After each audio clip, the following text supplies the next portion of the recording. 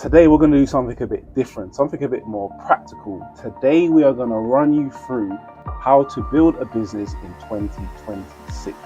And I'm talking about ground zero, right? No contacts, no resources, no crazy experience that either of us has that we can leverage. We're going to talk to you guys from perspective being in your shoes. And this is going to be an extension of our limited series, if you haven't watched it, which is the part 1 to part 4 of how to grow a business starting from zero to £1,000.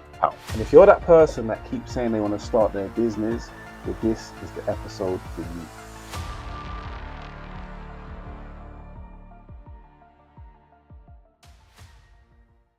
Welcome back, ladies and gentlemen, boys and girls, and people who do not like to identify themselves. We are the Unplugged Podcast, and we are here to help you unplug from societal norms so you can live life on your own terms. Indeed. We are for the entrepreneurs. We are for the solopreneurs. Tell them again. 2026 is round the corner. Please make sure you are not in the same place you are this year, next year, because we're trying to elevate.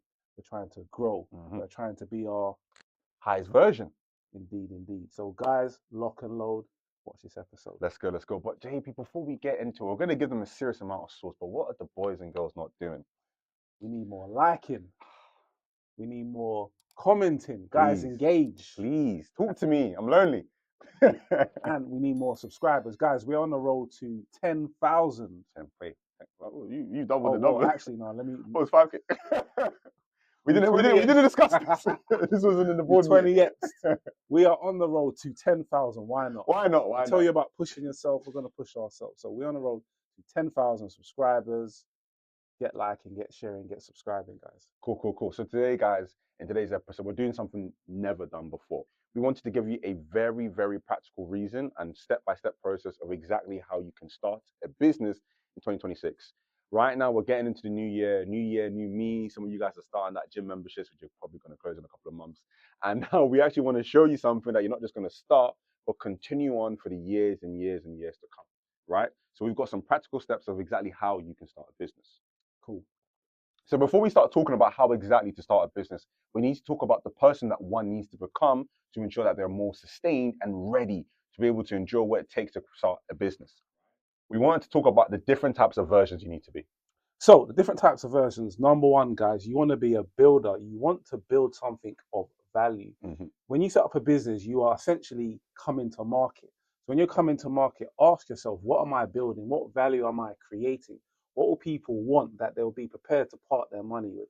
100%. And the next thing naturally is you want to be a learner, right? Over the next 90 days or a couple of months, you want to start absorbing information. What's the market research like? What's the information? Who can you speak to? Who's actually already been and done the things that you want to do that you can now also take on from a knowledge perspective?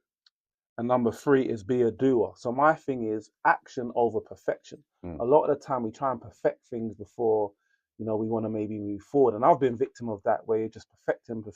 Guys, we are not in the business of perfection. We are in the business of doing. We are in the business of action. Once you start, you will tweak and change things anyway. So you don't want to spend too much time trying to make whatever you've built perfect.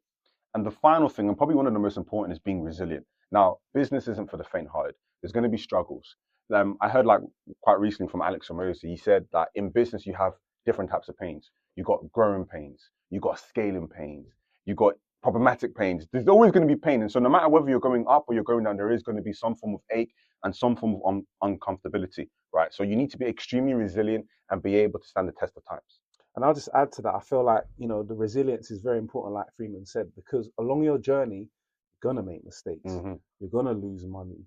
You're going to lose friends. But if you mentally prepare yourself for that, when that finally comes, you're ready. You're not going to be overwhelmed. You're not going to be, oh my God, I can't. You've actually prepared for your journey. 110%.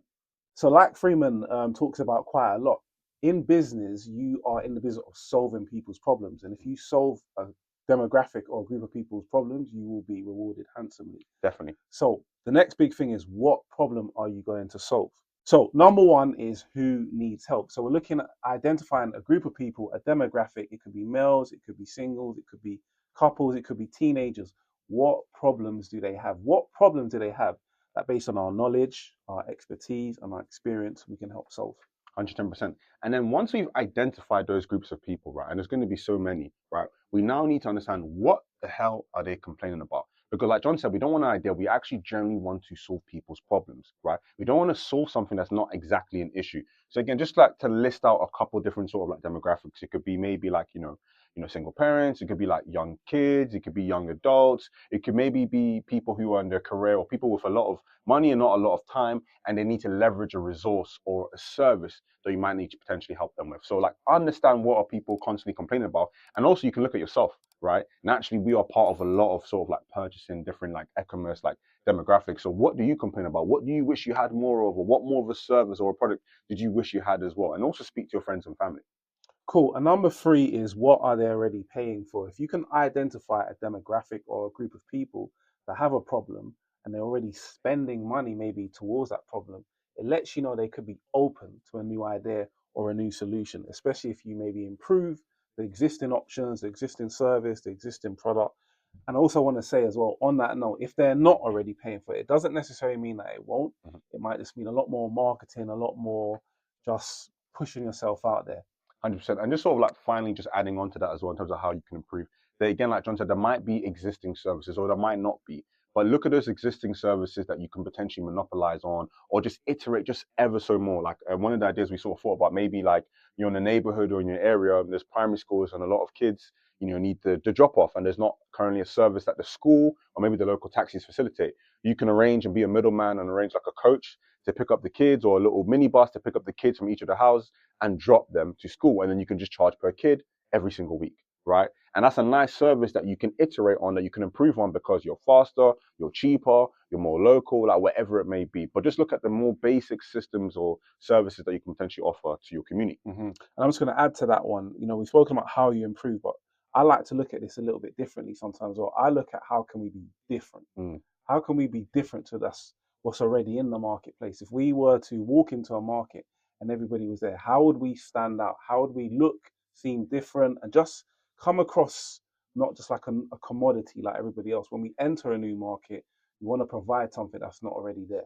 Cool. Now, the next thing you want to do, once you've understood your demographic and the people you want to obviously sell to, you now need to validate your solution. This is what we call the 3-day validation sprint. On day one, we're going to try to find 20 people who we feel would be interested in our services, 20 people who we have identified have a particular problem that we feel we can solve based on our knowledge, expertise, and experience. 100%. And then once we've identified those 20 people, we now want to speak to at least half of them, right? So actually try and engage with them and really find, is our solution worthwhile and is it actually going to help them? Number three, we're going to try and sell our solutions. So we've spoken to 10 people and now we're trying to sell our services, our product. We want to see if there's demand for what we're about to bring to market. And also, I think that this is also a good opportunity to get some feedback on your particular service, potentially giving it away to people for free. If you can't sell it, I don't think giving away for free is a bad idea. That'll allow you to get testimonials. Yep. That'll allow you to improve the product. 100%. That'll allow you to see where you need to be better to, improve what you're doing.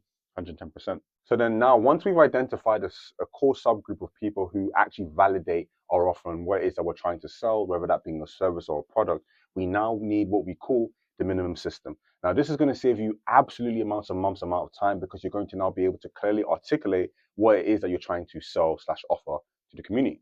And then the first thing we're going to do is create a one-page offer. This is where we talk about ourselves, our business, and how we help solve your problem, how we deliver on your problem, and answer any FAQs, any questions that our potential audience might have about our service or product. And then naturally you now need a delivery plan, right? We now need to have clear milestones. We now need to have a roadmap. We now need to have a blueprint of exactly what's going to happen over the next 90 days. And we often like to work in 90-day sprints because they're very calculable. It's very easy to sort of foresee, and it doesn't feel so far distant like 6 months and 12 months. And then naturally every single week or even every single day as we're going throughout our 90-day sprints, we can now tick box every single activity, every single task that we set out to do.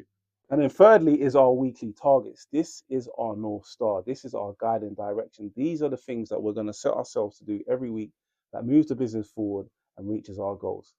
Guys, I really hope you appreciate this episode. We've jam-packed it with a lot of value of exactly how you can start a business in 2026. Now, if you're joining us for the first time, even in this exclusive sort of limited edition segment, we are going to go to the part called Plug Bites, where John and I either share something that we've seen, we've read, scriptures, whatever it may be, and just give some games often about what we just discussed. So I'll go first. So my one reads, you're not going to get rich renting out your time. You must own equity and a piece of business. So we've spoken about it before, guys. To create real wealth, you need to build assets, assets that pay you money while you sleep. In order to do that, you have to start a business or have equity or have, a percentage in a business, have some sort of share within a business that allows you to generate money without actually taking up any of your physical time. Now, my one is very much on a mentality that I think we all suffer from, unfortunately. And that's a big one, failure. And especially coming into the new year, I think a lot of us have that motivation to start, but none of us have that consistency to actually finish, right? So my quote, I don't know who it's from, but it says, "Don't be afraid to fail. Be afraid of never trying. Failure is the stepping stone to success," right? Failure is part of the process. I always say, like, you're never going to hit that straight bullseye. It's very unlikely that you're going to hit it first time. You do need to embrace failure as part of the journey. You do need to embrace failure as part of the stepping stone to success. There's no way you're going to see success without a bit of risk, without a bit of uncomfortability, without you feeling way out of a zone that you're not natural to. Like, the person that you're growing to become doesn't exist yet. So naturally, like I said earlier, there are going to be some form of pains, growing pains, right? So if you can embrace failure and use that as a stepping stone to success, this is massively going to help you when it comes to starting your business. 100%. I just want to add to that. I think if we can just shift our mindset from how we see failure, from a young age, we were taught that failure is bad. But in business, failure is how you learn. Failure is how you overcome challenges. Failure is how you overcome bottlenecks in your business. And there will be plenty. We always talk about it. Business is hard, guys. But if you stick at it, you stay consistent, stay persistent, and you never, ever give up, you'll get there. 110%. But guys, we really hope you appreciate this episode. This is something new. Please let us know in the comments if you like this, if you want to see more of this. Let us know any other sort of business topics or system topics that you want to discuss. And as always, make sure you like, share, and subscribe. Tell a friend, tell your mom, tell your dad, tell his mistress. Please tell her stories. She's got her plan. As always, guys, new business coming soon in your bedroom. As always, guys, love. Elevate. Blooper moment. And then lastly, guys, is setting ourselves weekly targets. Now, then thirdly is us setting ourselves weekly targets. Thirdly is us setting weekly targets. This is our North Star. These are the things that are going to help move our business forward. Start. There are certain aspects, right, and we've already sort of pre-written this for you. Other way. Let's do that. I mean,